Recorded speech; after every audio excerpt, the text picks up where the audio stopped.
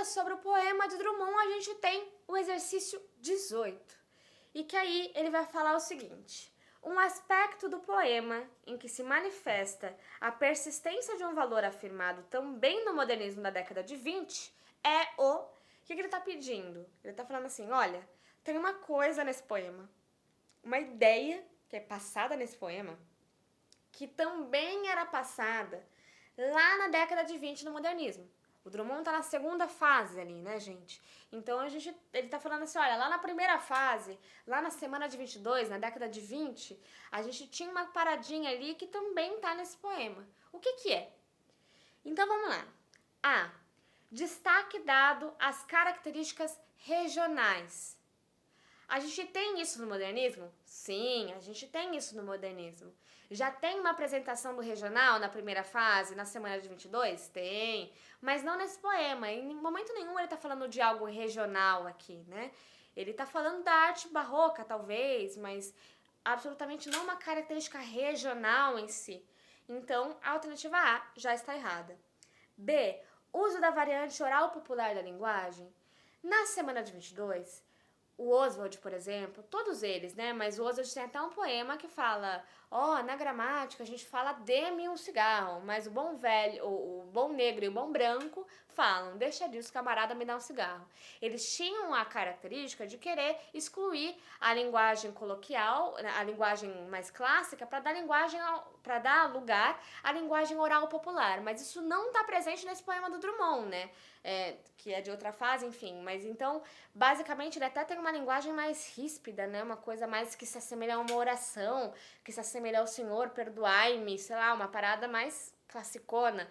Então, não tem uma presença da linguagem oral popular no poema, apesar de ter na semana de 22, né, na década de 20. Então, essa alternativa também está errada. C. Elogio do sincretismo religioso.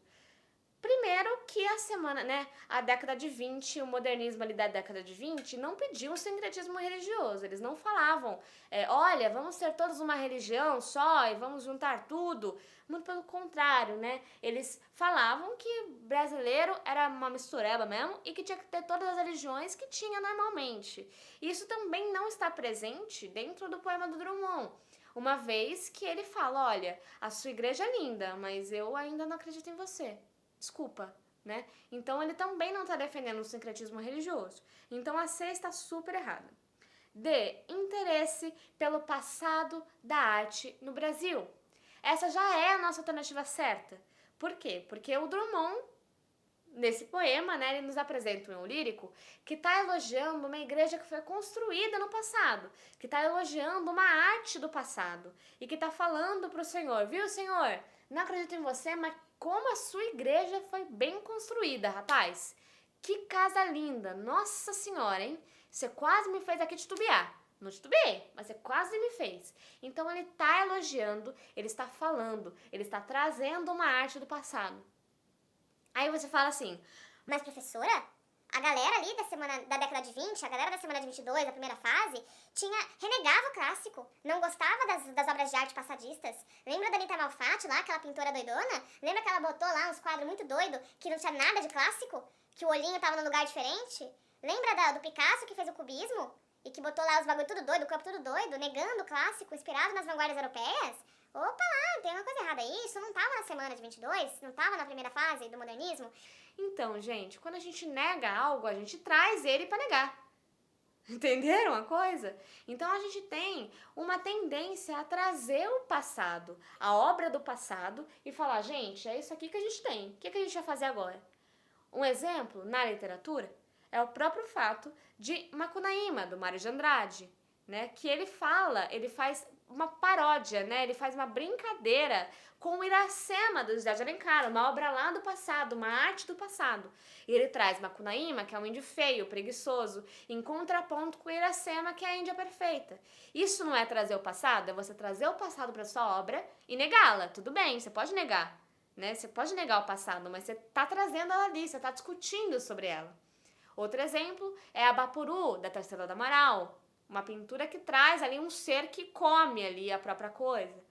A gente tem o Manifesto para o Brasil, do Oswald de Andrade, que trazia, né, o motim tupi or not tupi? That's the question. Né? Então, assim, ser tupi ou não, essa é a questão. O que a gente faz aqui com a nossa arte antiga, com o que a gente construiu até agora? O que é ser brasileiro? O Oswald defendia nos seus manifestos que a gente tinha que ser canibal, que a gente tinha que, né, entrar dentro de si e comer ali tudo que a gente tinha, sabe, a gente mesmo, para entender a nossa própria arte, para entender quem que o brasileiro era, para entender qual que era a arte que tinha que ser construída aqui no Brasil. Então você tem que trazer o passado, você tem que falar sobre o passado para assim discutir se você vai negativar aquilo, se vai gostar daquilo, se vai usar, se não vai usar, tá? Então a nossa alternativa certa é essa, justamente porque assim como o poema, a semana de 22, ali a primeira fase, tinha um interesse danado pelo passado, né? Pelo passado da arte no Brasil. Em todo caso, vamos ler a E, que fala: delineamento do poema em feitio de oração.